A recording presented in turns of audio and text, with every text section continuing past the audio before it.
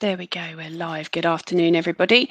If you've been here before, you know exactly what to do. I'm just going to do a quick sound check and to make sure you can all hear me. So if you can hear me, if you could type yes in the chat box, which is on the right-hand side, and lets me know that you can all hear us loud and clear.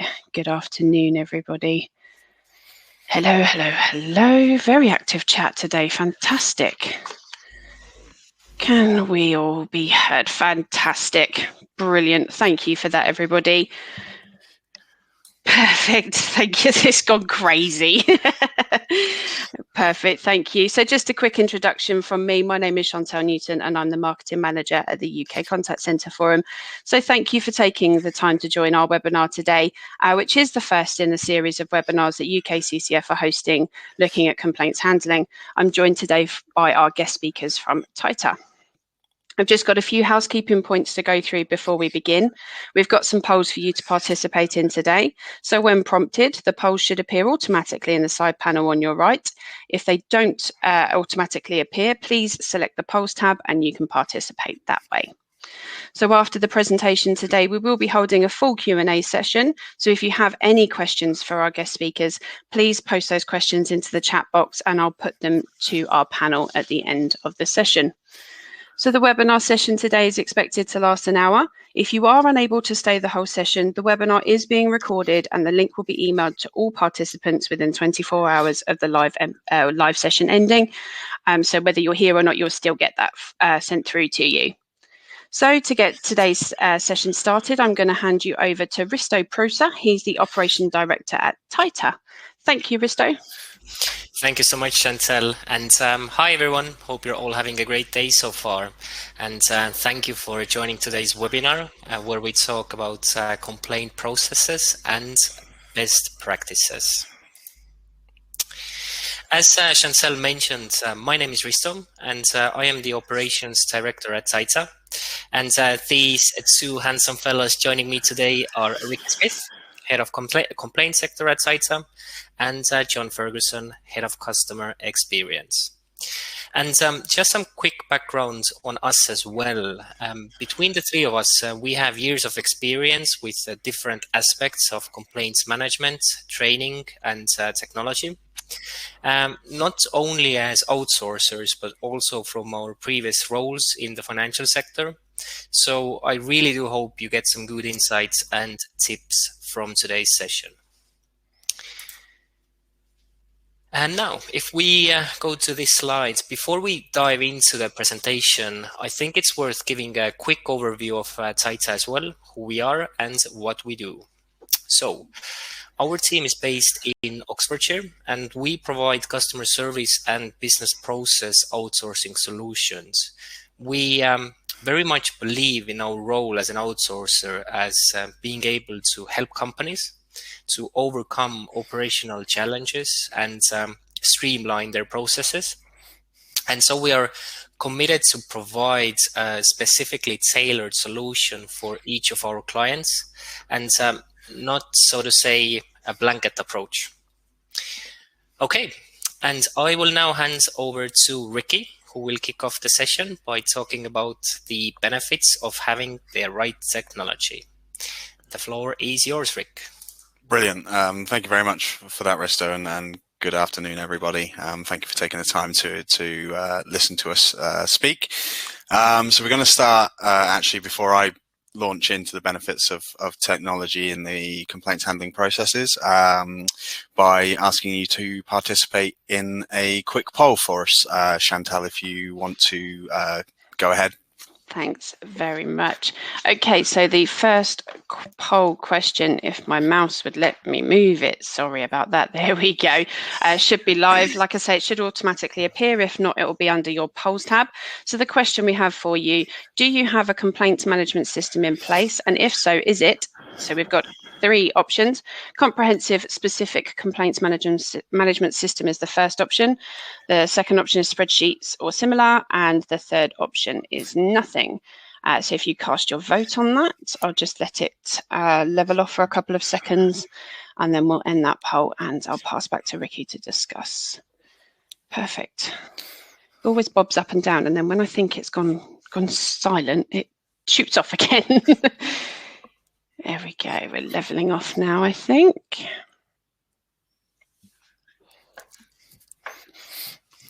Last few seconds. Okay, I'm going to end. And there we go. So we've got 49% at comprehensive specific complaints management system, 36% spreadsheets or similar, and then 13% at nothing. So over to you, Ricky. Brilliant. Thank you, Chantal. Thank you for participating in the poll, everybody.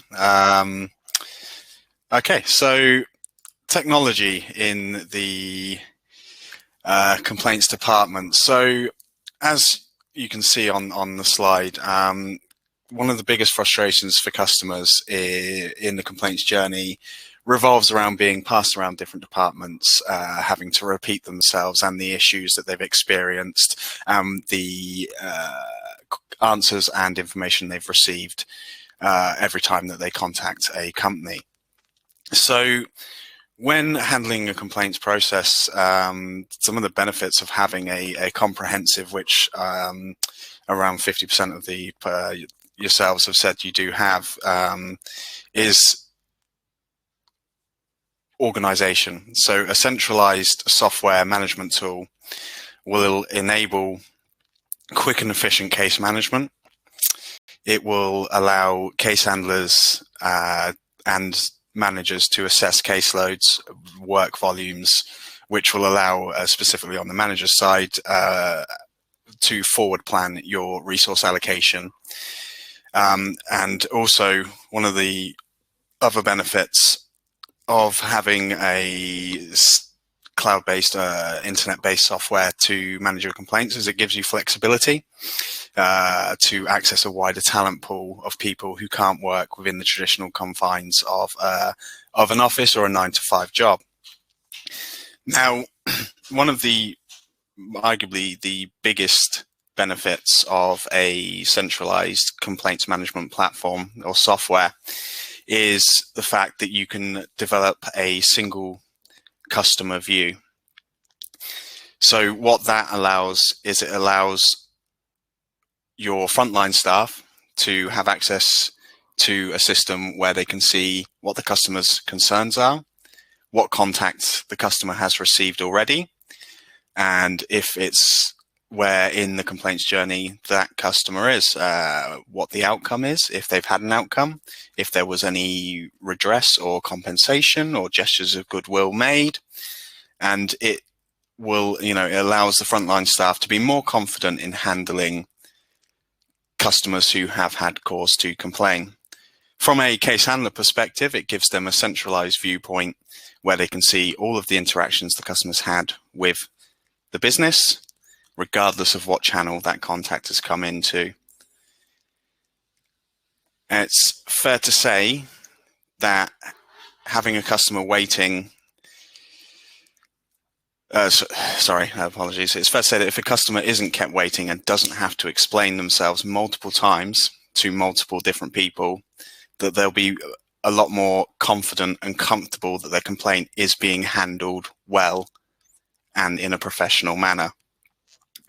And that's for me, like I say, I think that's the biggest benefit is that centralized one view, one place where all of the information relevant to that customer and their concerns is stored and is visible for any touch point that the customer has with your business. Secondly, thirdly, automation. A good software solution will allow you to automate parts of your complaints process. So, for instance, in the finance industry where you have to acknowledge the complaint in a timely manner, you have to provide an update. You also have to issue your final response within an 8-week SLA. You can, using your centralized system, automate a lot of that. You can have your templates that you can set to send automatically. If you wish to, as I've said, using finance as an example, instead of sending an update at 4 weeks, you can set an update email to be issued automatically every week, every 2 weeks, depending on what your business requires and feels is best for your customers. Outside of that, like I say, it can automate a lot of your final response work. You can have your templates with pre-planned paragraphs that your case handlers can just go in and edit and change to fit the particulars of the case that they're looking at. Not only that, it will allow you to automate the recording of outcomes. It will allow you to have your root cause analysis in simple click drop downs. It will allow you to automate your cost recordings, and with some of the softwares available on the market now, they have even starting to utilize text analysis software, and that will then enable the system to automatically flag for key phrases or key words that could indicate potential vulnerabilities with the customers that you are dealing with in your complaints process, which will enable the business and the specific case handlers to tailor their approach to that vulnerability and to make sure the customer is treated in the manner your business would want vulnerable customers to be treated. And finally, one of the big benefits of technology is management reporting. So a centralized software for your complaints handling will give you a full scope of reporting, and and it will allow you to configure your reports to pull the data, only the data you want. It's fully editable. The reports, that is, not the data that it puts out, obviously.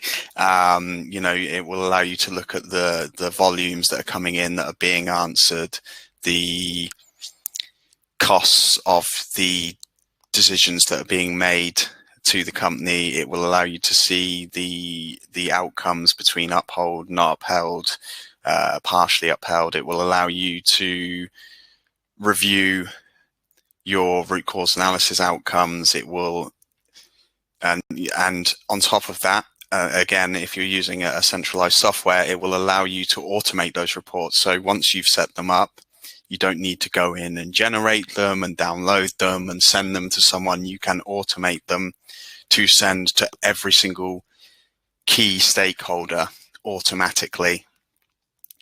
And as I've touched upon, the whole purpose of utilizing these particulars of a technology is to use technology to the benefit of your customers, to make it customer centric, to allow you to operate your complaints process in a quicker, more efficient manner, which will ultimately keep your customers happier. And next, I would like to talk to you about people empowerment. So Risto, if I can ask you to switch to the next slide. Perfect. So with complainants, we know that if you've worked in complaints, you know that first point of contact resolution is the single most effective thing that a firm can do to drive deeper relationships with its customers. And there are a number of improvements that organizations can make to ensure that their customers feel valued and cared for. Now, I've highlighted 3 points that I believe can help drive first point of contact resolutions. And for me, it starts with culture. So when we talk about culture, we talk about the ethos, the belief, the nature of your business, the how you want your staff to act and behave. So for me, if your staff are taught not to challenge tradition, simply put, they won't. And here at TieTa, with all of my staff and with John and Risto's staff, we encourage all of our colleagues to look for better ways to do our jobs, to provide fairer outcomes, to make our customers' journey, whether it be customer service to complaints, more seamless, and engendering a culture where people are encouraged to challenge the status quo, challenge the way we've always done things, will help your business become better, move with the times and grow, and give your customers a better journey.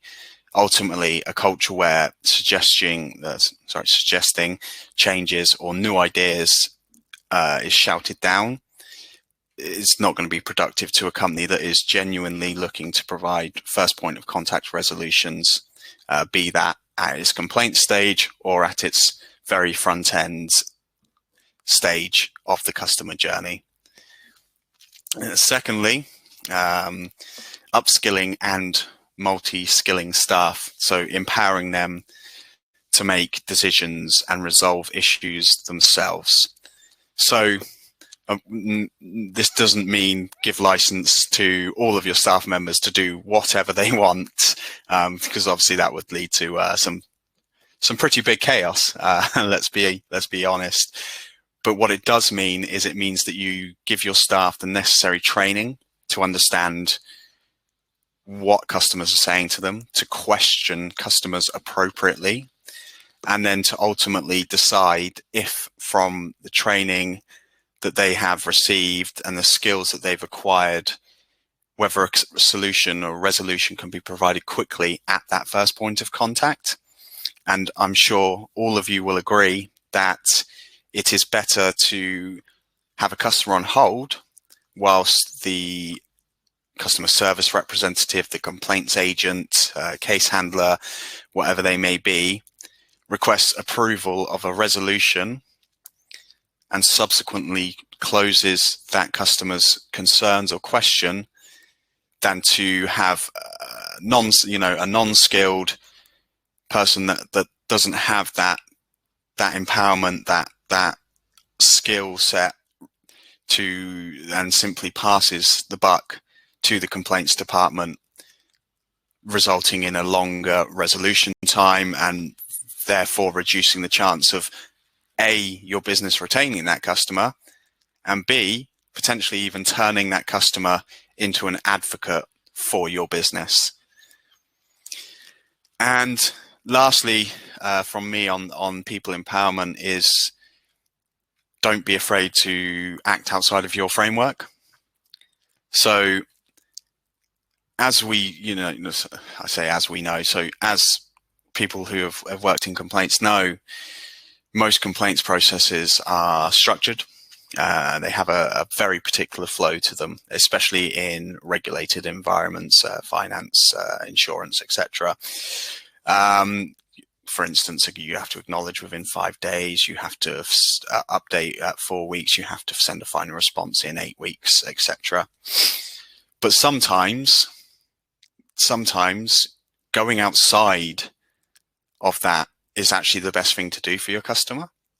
And I believe that we should, as a business, as someone that has dealt with complaints for a long time, is not encourage people, but where you come across that someone has potentially not quite followed the structure that's in place, that you should not look to punish those people if what they've done is the right thing to do for your customer. So, for example, if in the route of your normal quality assessment of your complaints handlers, the quality assessor comes to me and says, someone didn't send an acknowledgement within 5 days, so he's gone outside of process. But what it turns out to be is that the agent actually spoke to that customer on day 5. They agreed the resolution and promised to send the final response the following day, which they then subsequently did.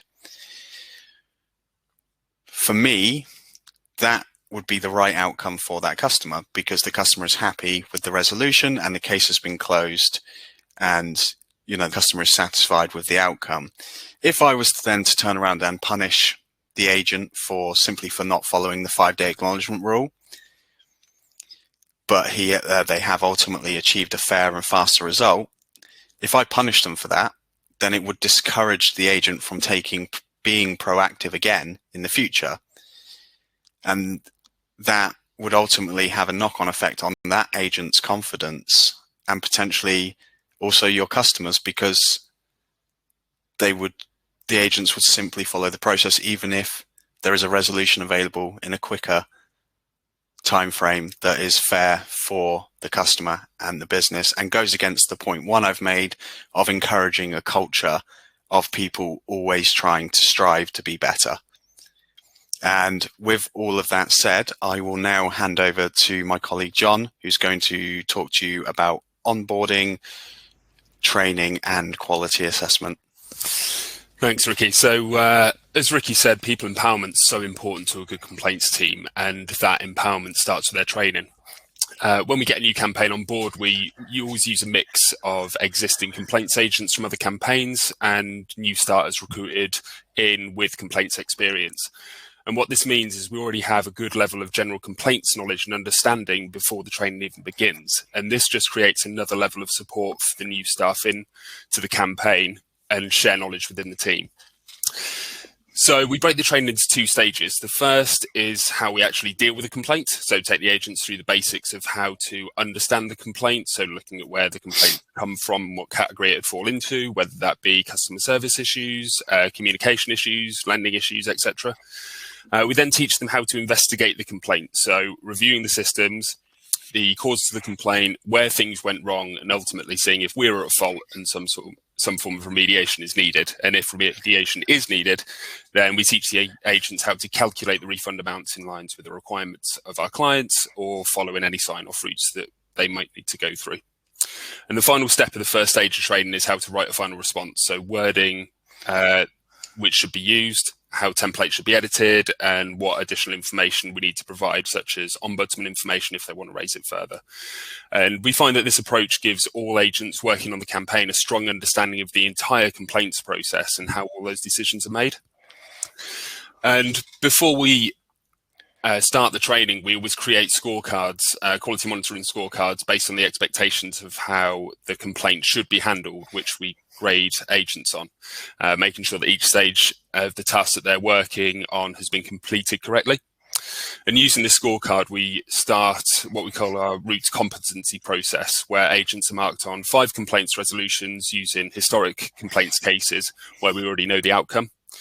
Agents need to achieve over 90% quality with no compliance issues on all 5. And if the agent were to fall below that 90% mark or have any compliance issues, we go through the cases one by one so they understand where they went wrong. And then they need to take the entire root competency process again with 5 new cases. And this approach makes sure that we're comfortable that they understand the processes.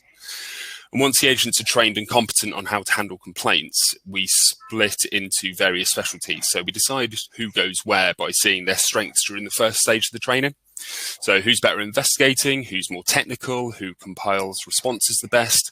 And these agents go through further training in their specialist areas, such as logging the complaint and admin, so dealing with the attachments, responding to chases, etc. Payments and credit file amendments for our financial services clients. So processing refunds once they've been accepted by the customer, making changes to a customer's credit file and communicating those steps to the customer. And lastly, ombudsman responses. So how to escalate the case in the system to show it's been sent to the ombudsman, building a business file as required, and disputing or accepting the ombudsman outcome.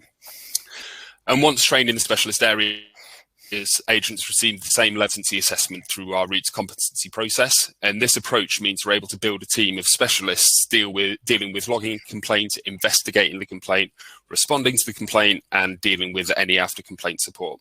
And we find that building the team this way, we gain huge efficiencies, as it works like a conveyor belt system as we pass the complaint down the line. And once agents are trained and signed off in both areas, they join our graduation bank. And this process has our agents receive a much higher level of monitoring than normal. So we monitor them roughly on 25% of all cases they handle. And agents generally stay on the graduation bank anywhere from 2 to 4 weeks, depending on the complexity of the task they're working. And this is extended out if the quality isn't quite where it needs to be.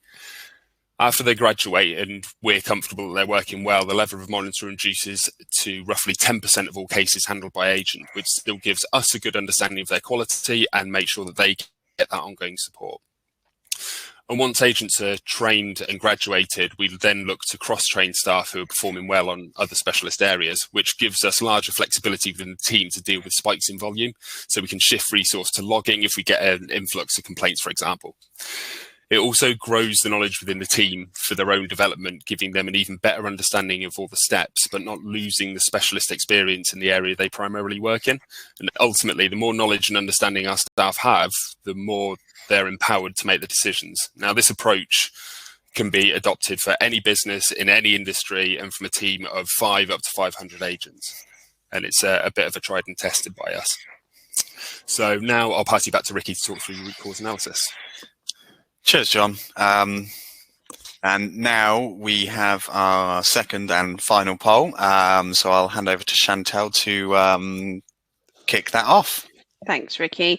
Just apologies if you can hear any background noise my end. They've started doing roadworks outside of my home, so I'm very, very sorry if you can hear anything. I do apologise.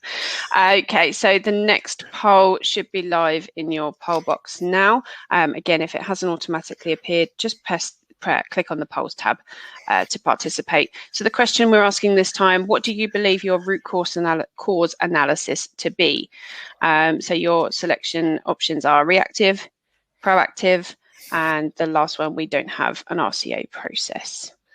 So if you could cast your votes now, just give that a couple of seconds. And just wait for that to level off.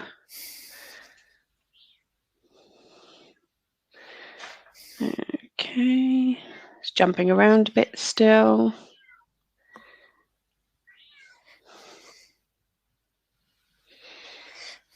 Okay, there we go. I think we've leveled off. So I'm just going to end that poll there. So we've got 48% on reactive, 30% proactive, and then 21% we don't have an RCA process. Back over to you, Ricky. Brilliant. Thank you, Chantal. Yeah, so there's some interesting results there.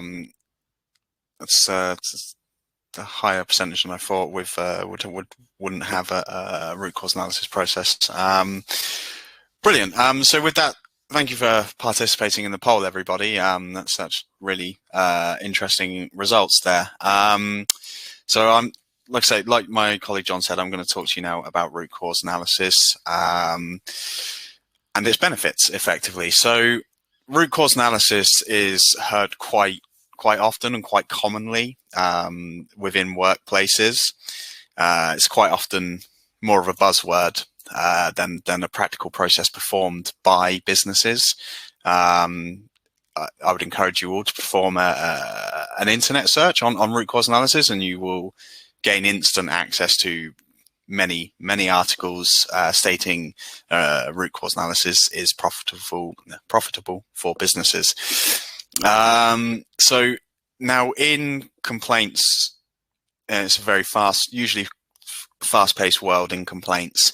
It's very easy to fall into the trap of automatically and immediately troubleshooting and problem solving the symptoms that present themselves on the case that you're working on then and there. However, it's rarer for people to take the time to step back, think about and tackle the root cause. And doing that should be the core part of any quality assurance and customer service improvement programs that your business is running or trying to run. Root cause analysis helps get to the cause of a problem, which is why it's called root cause analysis, obviously, in a faster and more efficient and cost-effective way. And that should be important to anyone's business. I would emphasize that root cause analysis shouldn't simply be seen as a problem-solving method, but it should be seen as a vital component of the decision-making process and the monitoring of the efficiency, quality, and cost effectiveness of your business operations. And one of the greatest forms of feedback a business will get is from their complaints customers, because customers that don't complain, having a seamless journey, with the best will in the world, there's not a great deal you can learn from them. But the people where the journey's fallen over for one reason or another have good quality feedback that a business can use. So why wouldn't you use your customer complaints feedback to drive business improvement effectively? You know, it's particularly relevant when you encounter complaints that you haven't previously had to address, but have a common theme. And it's also useful on complaints that you deal with on a regular basis. Again, referring to finance, irresponsible lending. You know, those claims have been consistent for many years now. And there are published root cause analysis on irresponsible lending that you can look at. Now, there are, as I've said, if you Google root cause analysis, you get all sorts of search results come up, and there are many tried and tested methods. We've put two examples on our slide, being the 5 whys and the fishbone diagram, to name two. There are, of course, alternatives. So when you apply a method of root cause analysis and you do so correctly, you should be able to identify the root cause of complaints, which is great. You've identified the root cause. So what do you do next? So what you have to do once you've identified that root cause is act on it and correct it. So once you identify the root cause and you find the fault, you fix the fault. It sounds really, really simple when you say it out loud, right? But as we've seen from the poll, 21% of the people on this webinar don't have a process in place. Now, when you identify a cause and fix it, it is only a benefit. It's only a benefit to your business and, more importantly, to your consumers. And in some cases, it is actually a regulatory requirement to do so. So once you have completed your root cause, you've fixed it, and you've identified and you've fixed, and your fix fixes it moving forward. What I would recommend as well is that you document that process for future reference, and not only for future reference, but again, in some cases, it will be a regulatory requirement for you to have documented your root cause analysis.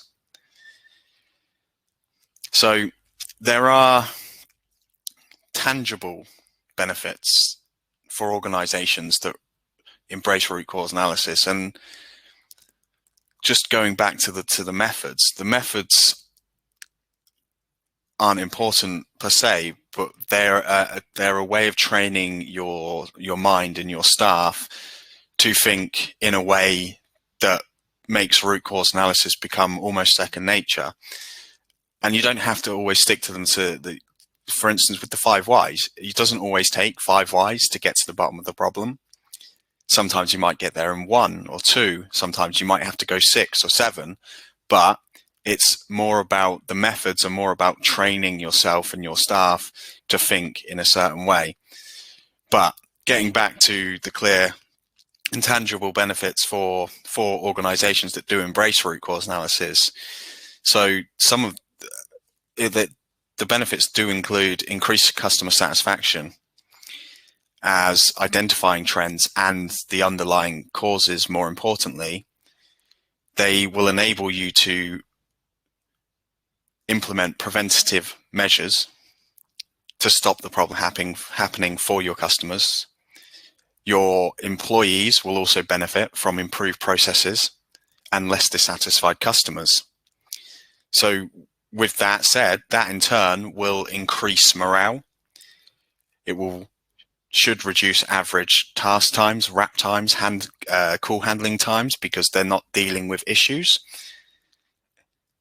And so that should therefore drive increased task rates and efficiency on your frontline staff, and also on your complaint staff, because they'll have less complaints to deal with. And to sum all that up, your company will benefit from satisfied customers, happier, more efficient staff. That in turn should reduce staff turnover and drive customer retention. And once you drive that customer retention and you're able to resolve issues, like going back to the first point of contact, you will not only drive customer retention, you potentially turn those customers into advocates. Now, we've all seen Trustpilot and the various Yelp, to name a couple. There is no greater selling of your business than someone who puts on Trustpilot. I had a problem with this company. I contacted this company. They've resolved it for me and they fixed it going forward for everyone. Brilliant. Well done. They've handled, I'm super satisfied with the outcome of my complaint.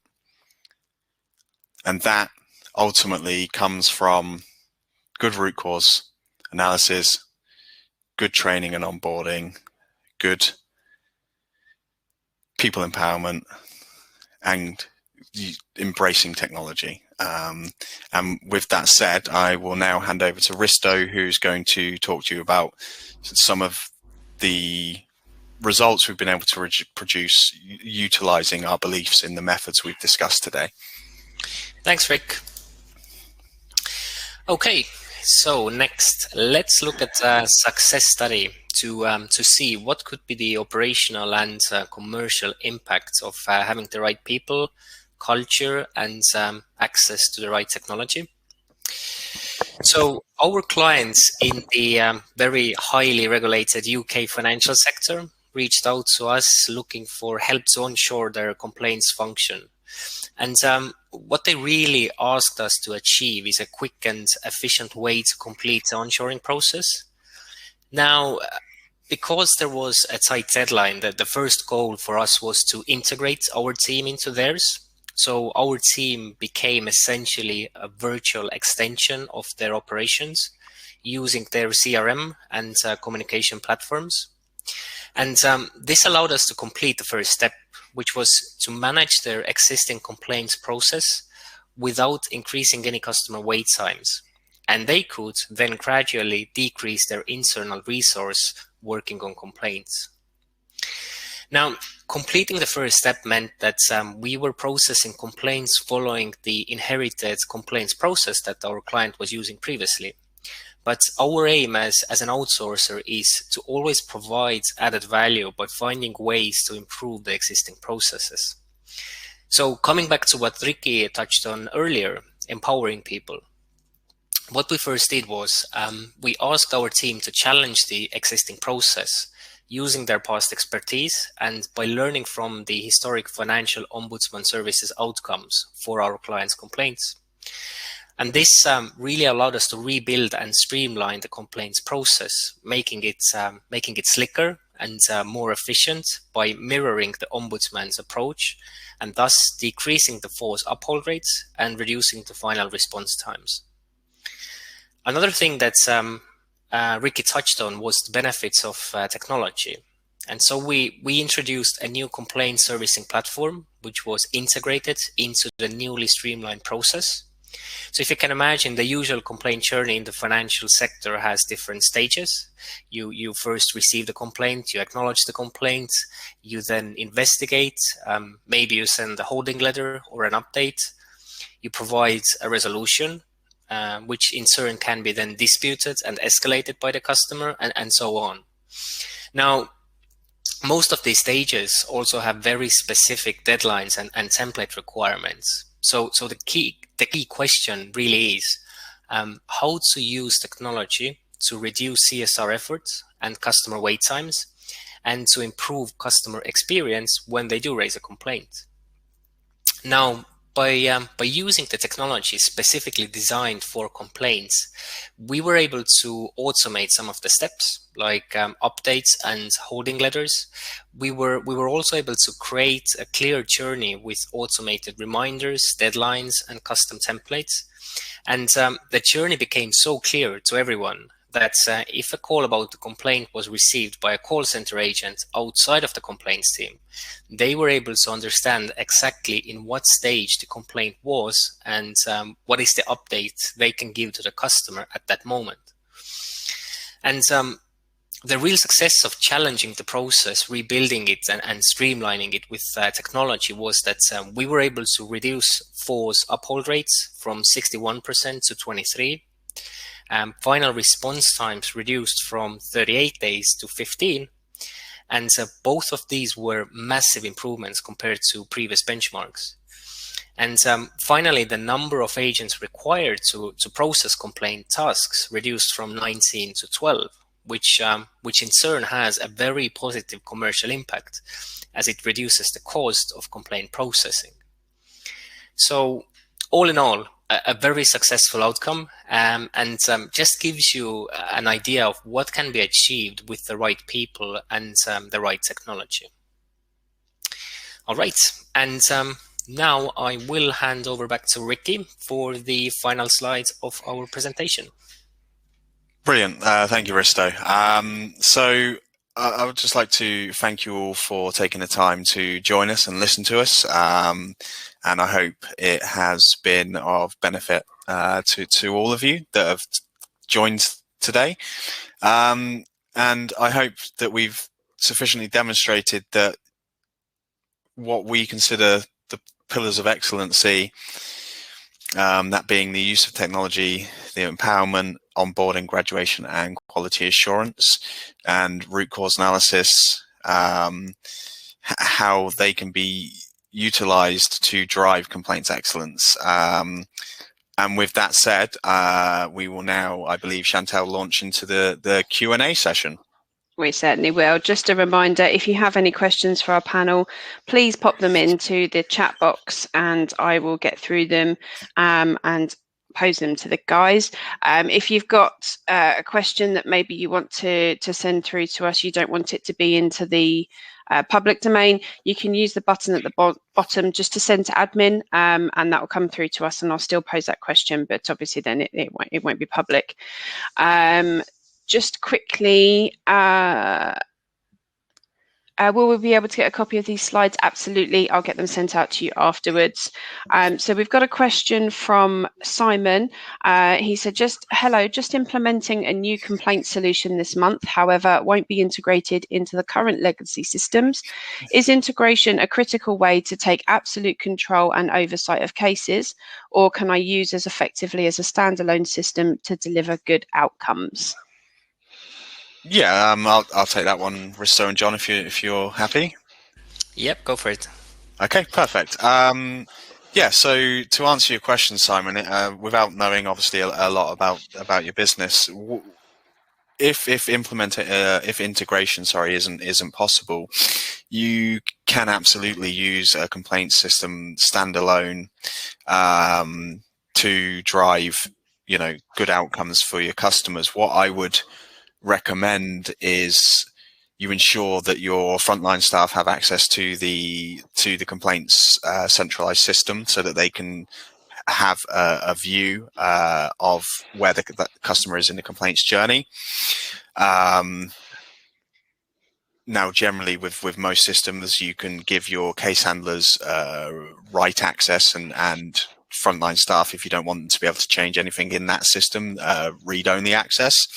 But regardless, it's important that your frontline staff and your complaint staff can log in and see where someone is at with their complaints journey.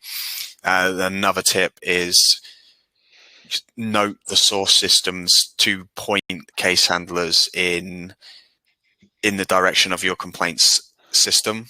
So if you have the ability to leave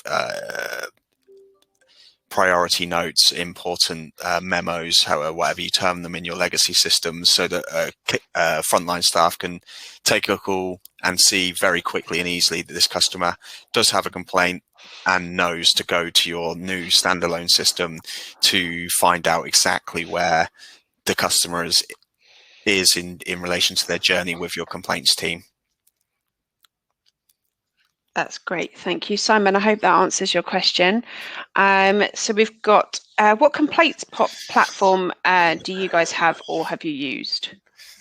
Yeah, so I'll go again on that one. So as Risto touched upon, I've been doing complaints for coming up a long time. Got a lot more grey hairs than I care to have at 33 years old, to be honest. But so I've used everything from spreadsheets to an Access database to some of the bigger brand platforms that are out there now. So Respond, iCasework, etc.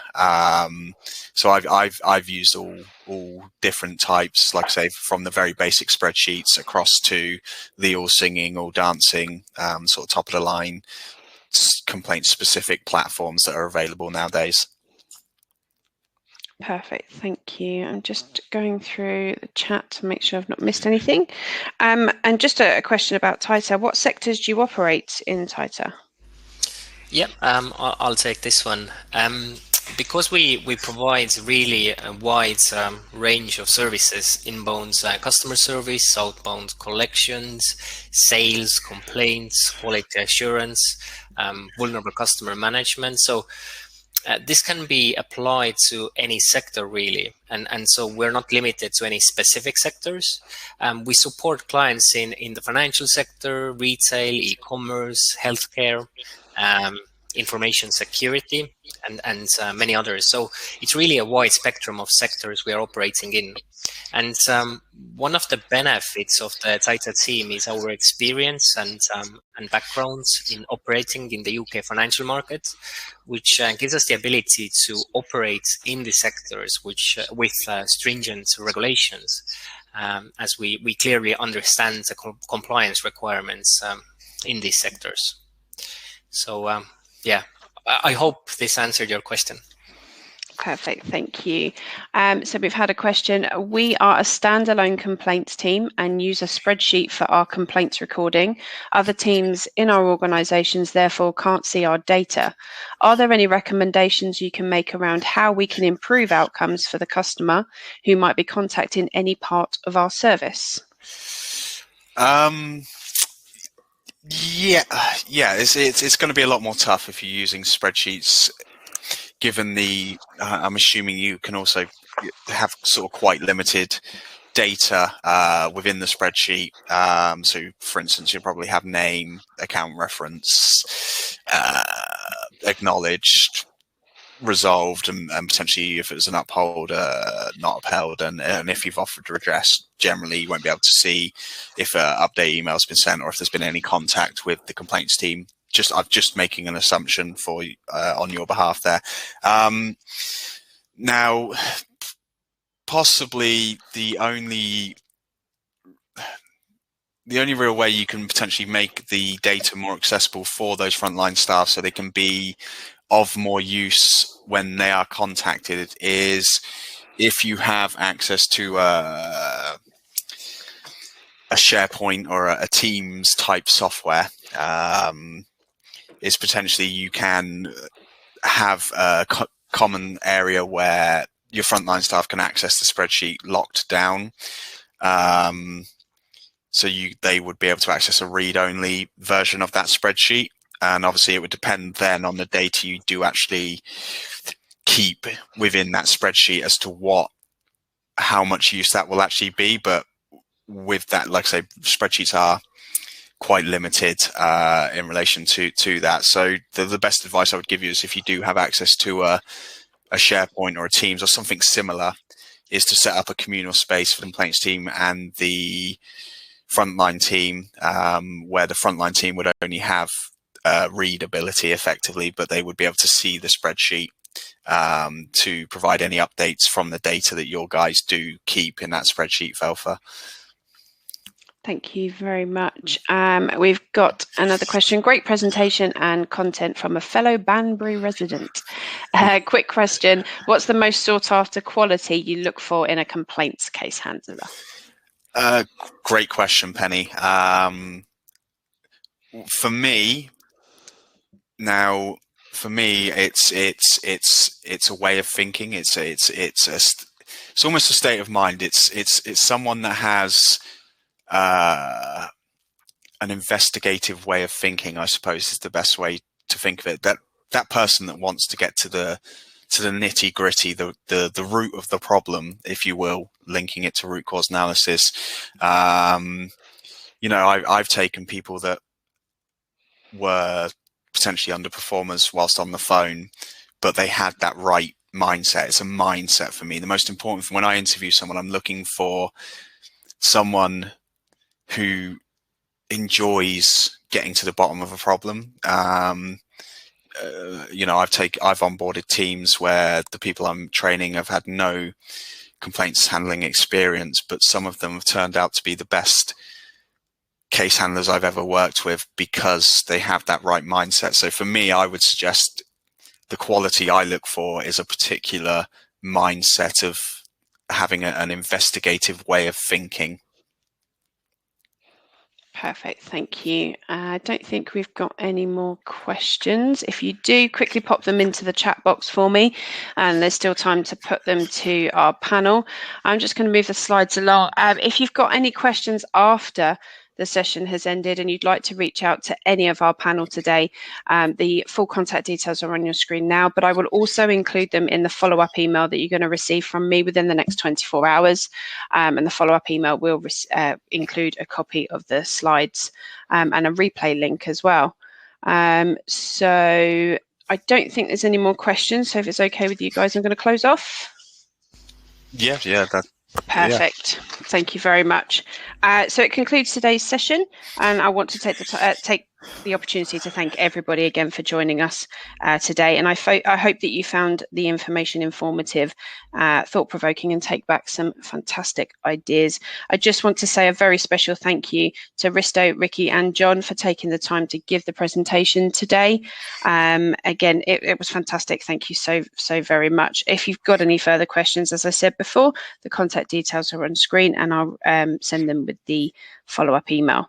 The session's been recorded. It will be sent within the follow-up email. Please feel free to share this with any colleagues that you also may feel will benefit from its content. The link will be in the email. Just share that link with everybody that you want to send it to. So for full information on membership of the UK Contact Centre Forum and for a full list of all upcoming UKCCF webinars, you can visit our events page on our website, www.uk-ccf.co.uk/events, and our full webinar library is on there as well. Obviously, we can't do face-to-face networking events at the moment, which is what we'd normally do, but you can reach out to the library there and get all previous webinars. So thank you again for attending. I look forward to welcoming you all again soon. Thank you to my panel. Stay safe and goodbye, everybody. Thank you. Thank you. Thanks very much, guys. Thank you.